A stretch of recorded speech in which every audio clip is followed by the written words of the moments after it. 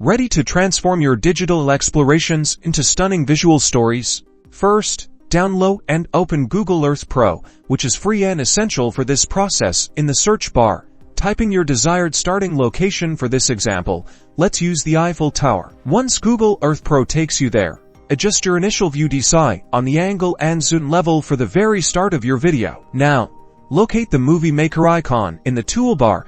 It looks like a film reel. Click on it to open the Movie Maker window. In the Movie Maker window, click the red record button. Google Earth Pro will now record everything you do. Slowly zoom in on the Eiffel Tower using your mouse wheel or the navigation controls. Control the speed for a smoother transition. Less is more. When you've reached your desired ending point, click the Create Movie button in the Movie Maker window. This stops the recording. Choose your preferred video resolution and file type. Higher resolution means better quality.